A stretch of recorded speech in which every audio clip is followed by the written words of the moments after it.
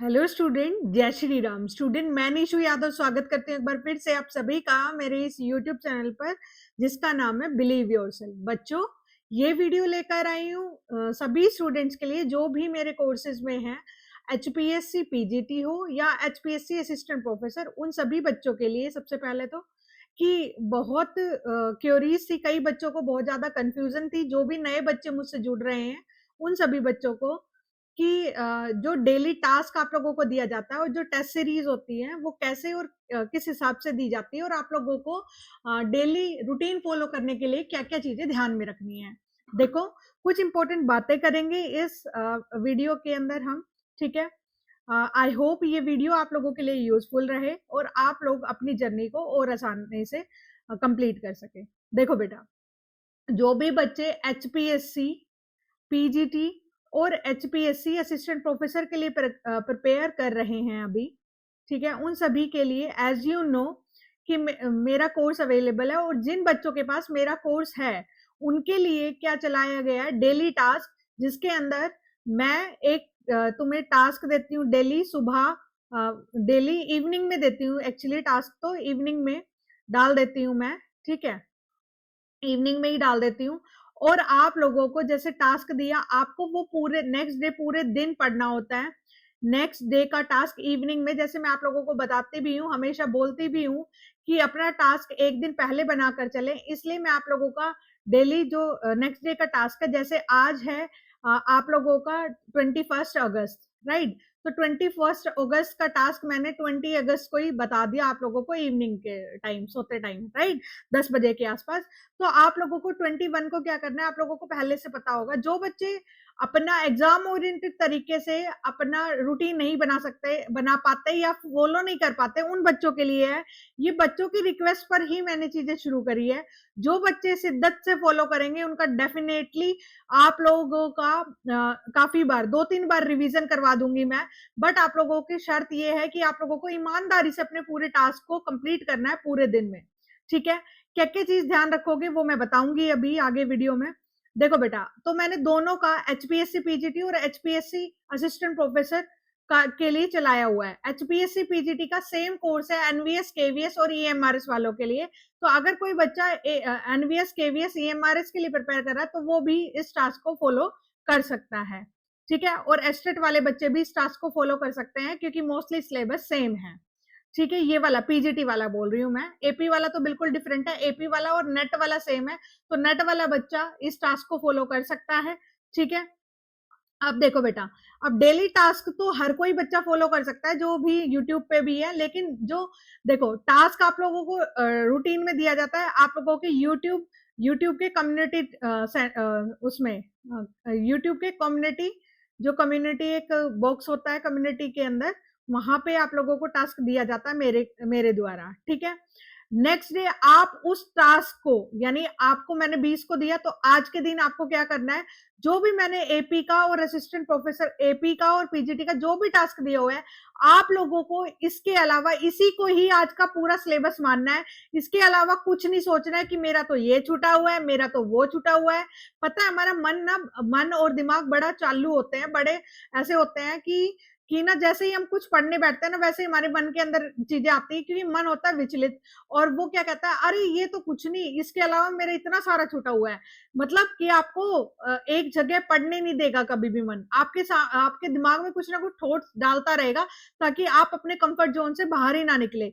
हमेशा आप लोगों का जो मन होता है वो कंफर्ट जोन के अंदर रहना चाहता है, तो इसलिए आपको बहुत सारे ऑप्शन देगा भटकने के। ठीक है, कि आप इसलिए भटक जाओ, आपने एक बंदे की वीडियो देखी, आप उस वजह से भटकाव हो गया। आप लोग बहुत सारी चीजें सोच रहे होते हैं। देखो, जो बच्चा सिलेक्शन और रैंक देता है, जो बच्चा सिलेक्शन और रैंक लेता है, वो अपने डेली टास्क में ईमानदार रहता है और डेली का जो टास्क होता है वो ईमानदारी से कंप्लीट करता है, तब जाके आपका सिलेक्शन होगा और रैंक के साथ होगा। दूसरी बात, बहुत सारे बच्चे मुझसे पूछते हैं क्या मैम मेरा हो जाएगा? हाँ, आप डेली टास्क को कंप्लीट करो लगातार 10 दिन, आप खुद मेरे को बता दोगे कि हाँ जी मैम मेरा इस बार हो जाएगा। क्यों? क्योंकि आपकी मेहनत आपको बता देगी। तो मेहनत जरूरी है। कोई बच्चा ऐसा है जो वीडियो देख रहा है और उसे लग रहा है कि मैम के कोर्सेज से बिना मेहनत करे अगर मैं ले लूंगा सिलेक्शन तो बिल्कुल नहीं ले पाओगे, इसलिए मैंने ये सोचा कि टास्क के रिगार्डिंग एक वीडियो बना देती हूँ। बहुत सारे बच्चों के क्वेश्चन थे। अब जो मैंने एक दिन पहले आप लोगों को टास्क दे दिया, नेक्स्ट डे उसको आपको हर हाल में कंप्लीट करना है। आप लोगों को पीजीटी वालों का टेस्ट डल जाता है 7 पीएम तक, यानी आज यानी कल जो टॉपिक दिया था उसका जो टेस्ट है, उस टॉपिक का टेस्ट है 7 पीएम तक, 7 बजे तक शाम को डल जाएगा, और असिस्टेंट प्रोफेसर वालों का 9 बजे तक डल जाएगा। ठीक है, ये मैंने हाईएस्ट टाइम बताया कि मैक्सिमम, उससे पहले भी डल सकता है, 8 के बाद इसमें कभी भी डल सकता है। ठीक है, तो मैक्सिमम टाइम 7 पीएम तक आप लोगों का पीजीटी का डल जाएगा और एपी का 9 पीएम तक। ठीक है, फिर उसके बाद आप उस टॉपिक का जो पूरे दिन में जो पढ़ा है, जो टॉपिक आपने पूरा दिन पढ़ा है, तैयार किया, जो मैंने दिया था आप लोगों को, उसका टेस्ट लगा के देखना है। आपको वहीं के वहीं उसी दिन का पता चल जाएगा कि आपने आज कितनी मेहनत करी है। ठीक है, अब बच्चों असिस्टेंट प्रोफेसर वालों का मैंने व्हाट्सएप ग्रुप भी बना रखा है, और वैसे भी आपको मान लो पूरा टेस्ट है बेटा, मान लो 50 क्वेश्चन का मैंने टेस्ट दिया हुआ है with negative marking, is it clear? अब बहुत उसमें एक्सप्लेनेशन जैसे ही आप सबमिट करेंगे एक्सप्लेन आ जाएगा, पूरा टेस्ट का सोल्यूशन आ जाएगा। मान लो कोई क्वेश्चन में प्रॉब्लम है, तो पहले आप अपने ग्रुप में, चाहे आप लोगों का ऐप ग्रुप है, चाहे आप लोगों का व्हाट्सएप ग्रुप है, उसमें उस क्वेश्चन को सेंड करेंगे, आपस में एक दूसरे से डिस्कस करेंगे। फिर कोई क्वेश्चन नहीं निकलता तो मुझे बताएंगे। क्यों बेटा? क्योंकि बेटा अभी मैं आप लोगों का असिस्टेंट प्रोफेसर का सिलेबस करवा रही हूँ, पूरा नहीं हुआ है। अगर मैं आप लोगों की क्यूरीज लूंगी ना, तो मैं सिलेबस कब करवाऊंगी? तो इसलिए अभी क्यूरीज आप अपने एक दूसरे से सामने रख के चीजों को, आप ग्रुप के अंदर जितने भी बंदे एक दूसरे की क्यूरीज को सोल्व करने में हेल्प करें, इससे आप लोग भी सीखेंगे, और ऐसे ही पीजीटी वाले करें। ऐप के अंदर आपका जो ग्रुप बना हुआ है, अपनी प्रॉब्लम्स वहां शेयर करें। बच्चों अभी मैं आप लोगों की क्यूरीज पर्सन टू पर्सन नहीं ले पाऊंगी, क्योंकि आप लोगों का सिलेबस बाकी है।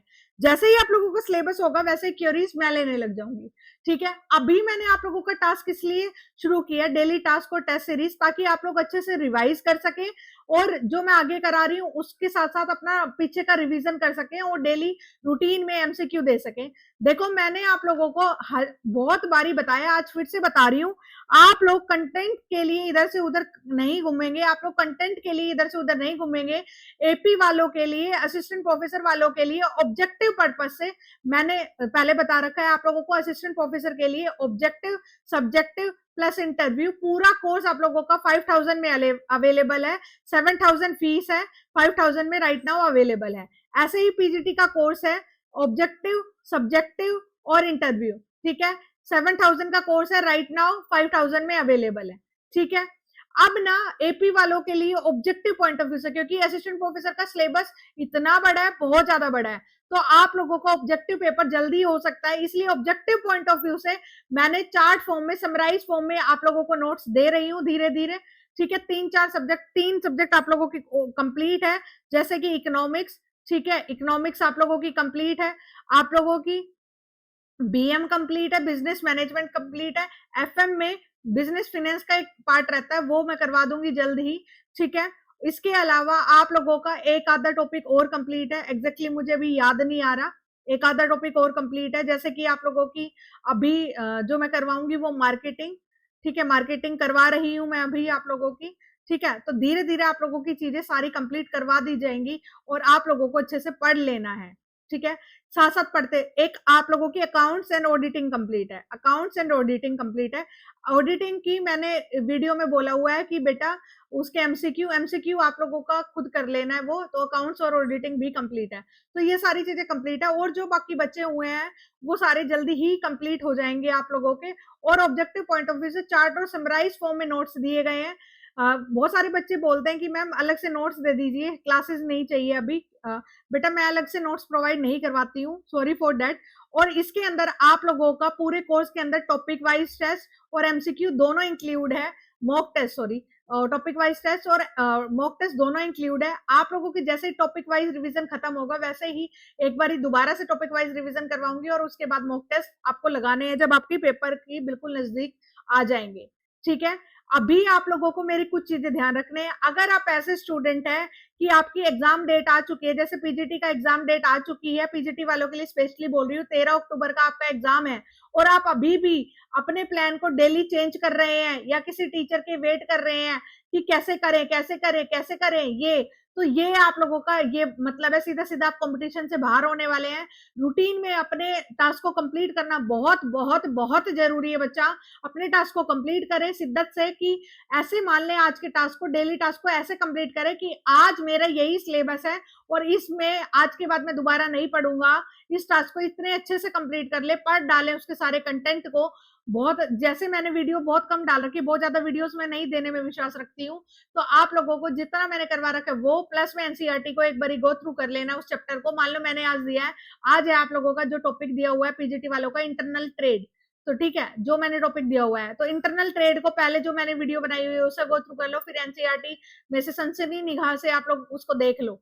ठीक है, फिर उसके बाद आप लोग अपना शाम को टॉपिक वाइज टेस्ट लगाना, उससे आप लोगों को बहुत पता चल जाएगा कि आप लोगों ने क्या क्या किया है आज और कितना पढ़ा है, क्या आपने जो पढ़ा है वो सार्थक हुआ या नहीं, तो वो टॉपिक क्लियर हुआ या नहीं, वो टेस्ट से पता चल जाएगा। ईमानदारी से टेस्ट दो, तभी आप लोगों का जरूर सिलेक्शन होगा बेटा। सिलेक्शन ही नहीं बल्कि अच्छी रैंक के साथ होगा, अगर आप बहुत अच्छे से चीजों को कंप्लीट करते रहे तो। ठीक है, अब है बेटा दूसरी बात ये है आप लोगों की, एक चीज और मैं कहना चाहूंगी आप लोगों से। बहुत सारे बच्चे कंफ्यूज हैं अभी भी कि ऑब्जेक्टिव के साथ साथ सब्जेक्टिव के लिए प्रिपेयर करें। बहुत सारे बच्चे यूं बोल रहे हैं कि मैम ऑब्जेक्टिव अगर हम प्रिपेयर करते हैं, ऐसा लगता है बच्चों को, सभी बच्चों को पता नहीं, मोस्टली बच्चों को ये लग रहा है कि ऑब्जेक्टिव तो मैं कर लूंगा, इजी होता है, और सब्जेक्टिव में फंसूंगा। बेटा फिर से बोल रही हूँ, ऑब्जेक्टिव को लाइटली नहीं लेना है, वरना आप ऑब्जेक्टिव में ही रह जाओगे। ऑब्जेक्टिव को लाइटली नहीं लेना। अगर आपका पिछली बार ऑब्जेक्टिव निकला था तो आप लोगों को सब्जेक्टिव में वीकली टाइम देना है, वीकली, ना कि बिल्कुल ही ऑब्जेक्टिव को देखना नहीं है, बल्कि सब्जेक्टिव को वीकली देखना है। वीकली 2 क्वेश्चन करने हैं, फिर उसके बाद आप लोगों को किसी भी टीचर से चेक करवाने हैं। अगर आप मेरे कोर्स के स्टूडेंट हैं तो वीकली मुझे भेजे, चेक करूंगी मैं। और वरना तो सब्जेक्टिव के टाइम जो टाइम मिलेगा वो इनफ होगा आप लोगों को, बस क्योंकि आप लोगों को ज्यादा लिखना होता है, आप लोग समझ नहीं पाते, आप लोगों को सही गाइडेंस नहीं मिली होती है, तब आप लोगों को सब्जेक्टिव से डर लगता है। वरना आप लोगों को, पहले मैं बोल रही हूँ, सब्जेक्ट ऑब्जेक्टिव को लाइटली नहीं लेना। अगर सब्जेक्टिव को साथ में लेकर चल रहे हैं तो जैसे मैं जो टेस्ट सीरीज है वो आप लोगों की आएगी Monday to Friday, Saturday Sunday आप लोग रिवीजन करेंगे। मंडे टू फ्राइडे मेरी टेस्ट सीरीज आएगी, सैटरडे संडे आप लोगों का रिवीजन का होगा। ठीक है, सैटरडे संडे, तो सैटरडे संडे को आप लोग सब्जेक्टिव करना। Is it okay? ठीक है, समझ आ रहा होगा मेरे हिसाब से आपको। तो मंडे टू फ्राइडे मैं आप लोगों की टेस्ट सीरीज दूंगी, सैटरडे संडे आप लोग रिवीजन करेंगे अपना खुद से, या फिर सब्जेक्टिव के लिए क्वेश्चन लिखेंगे जिनका पिछली बार ऑब्जेक्टिव हुआ था। और जिनका पिछली बार ऑब्जेक्टिव नहीं हुआ था वो उनको भाई सब्जेक्टिव के लिए सोचना ही पाप है, मैं पहले बता रही हूँ। जिनका पिछली बार ऑब्जेक्टिव नहीं हुआ था उनका सब्जेक्टिव के लिए सोचना ही पाप है। अपना पूरा ध्यान ऑब्जेक्टिव पे दे, ऑब्जेक्टिव पे दे, ऑब्जेक्टिव पे दे। पिछली बार जो पेपर था उसके अंदर जनरल पोर्शन भी था, इसलिए कट ऑफ कम गई थी, इसलिए इस बार कट ऑफ हाईएस्ट जा सकती है, ज्यादा जा सकती है। तो प्लीज लाइटली ना ले ऑब्जेक्टिव को, मैं बार बार यही बोल रही हूँ।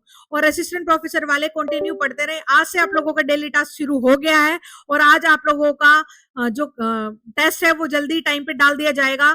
और एक चीज और बताती हूँ बेटा, मोस्टली क्वेश्चन कोशिश की जाती है कि सही और ऑथेंटिक हो, पीवाईक्यूज ज्यादा यूज हो, लेकिन फिर भी एक के दुख के क्वेश्चन में अगर 50 क्वेश्चन आपको दे रहे हैं और 2 या 3 क्वेश्चन में कुछ गलतियां हैं तो हमें माफ करें।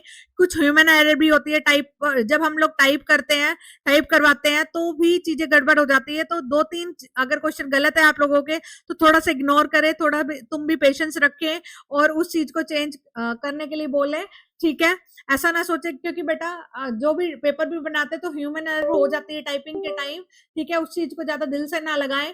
मैं अपनी तरफ से आप लोगों को बेस्ट कराने की कोशिश करती हूँ। बस मैं आप लोगों को यही कहना चाहती हूँ, आज जो आप लोग मेहनत कर रहे हो, आज जैसे आप अपना रूटीन बिताओगे वैसे ही आपका फ्यूचर में रिजल्ट आने वाला है। आपके, वो कहते हैं ना, एक लाइन होती है ना, आपके कर्म ही आगे आपसे मिलने आएंगे, उन्हें देखकर शर्माना मत।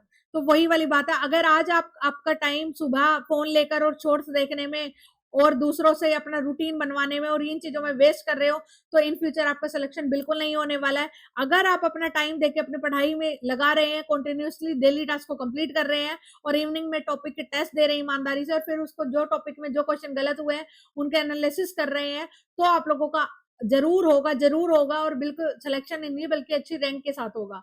और मैं उन बच्चों के लिए हूँ जो शिद्दत से मेरी बातों को फॉलो करता है और जो पढ़ता है। देखो बच्चों, किसी का भी कोर्स ले लो, किसी भी टीचर का कोर्स ले लो, आप सिर्फ मैथ कोर्स लेने से आप लोगों का सिलेक्शन बिल्कुल नहीं होगा, आप लोगों को मेहनत करनी ही पड़ेगी, जरूर करनी पड़ेगी। दूसरी बात, बहुत सारे बच्चे ना जब कोर्स लेते हैं ना तो देखते हैं कि ना इसमें मान लो असिस्टेंट प्रोफेसर का कोर्स है, बच्चों की अपनी अपनी मिथ बनी हुई है, असिस्टेंट प्रोफेसर का कोर्स है तो बहुत बड़ा कोर्स होएगा, मान लो 400 वीडियो होनी चाहिए। अब मैं ना फिर वो अपने मन में टास्क बना लेता है, मैं 400 वीडियो को कंप्लीट कर दूंगा आगे पीछे देखकर, और फिर मेरा हो जाएगा क्लियर।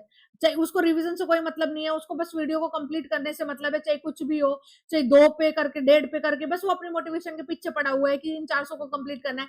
इनसे देखो, आज से पहले आप लोगों ने कोर्सेज लिए भी होंगे, इनको कंप्लीट करने की कोशिश भी करी होगी, कहीं ना कहीं कंप्लीट भी किया होगा, बट आपका सिलेक्शन नहीं हुआ होगा, because this is a wrong method. ये रॉन्ग मेथड है बेटा। आप लोगों का सही मेथड होता है कि आप लोगों ने सिलेक्टिव चीजों को बार बार पढ़ना है, सिलेक्टिव चीजों को बार बार पढ़ना है। हर कोई बच्चा आपके जैसा ही सोचता है, आपके जैसा ही होता है, और जो बच्चा थोड़ा सा डिफरेंट कर लेता है उसका सिलेक्शन हो जाता है। सिलेक्टिव चीजों को बार बार पढ़ना है, एमसीक्यू बहुत करने हैं, बहुत बहुत बहुत एमसीक्यू करने हैं। एमसीक्यू में जो नया मिले वो नोट्स में ऐड कर लो, यही चीजें होती हैं। यही करके बच्चों ने रैंक लिया, सिलेक्शन लिया, यही करके मैं यहाँ तक पहुंची हूँ। और मेरे एक्सपीरियंसेस का और मेरे सिलेक्टिव बच्चों का एक्सपीरियंस से कुछ फायदा उठाइए। जो बोल रही हूँ वो प्लीज करना बच्चों।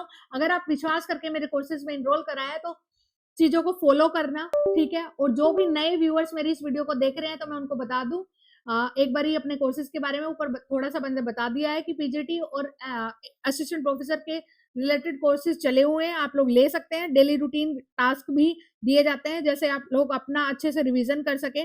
तो चीजों को अच्छे से कंप्लीट करने के लिए आप मेरे मुझसे जुड़ सकते हैं, मेरी ऐप के थ्रू, और मेरे कोर्सेज में इनरोल करा सकते हैं।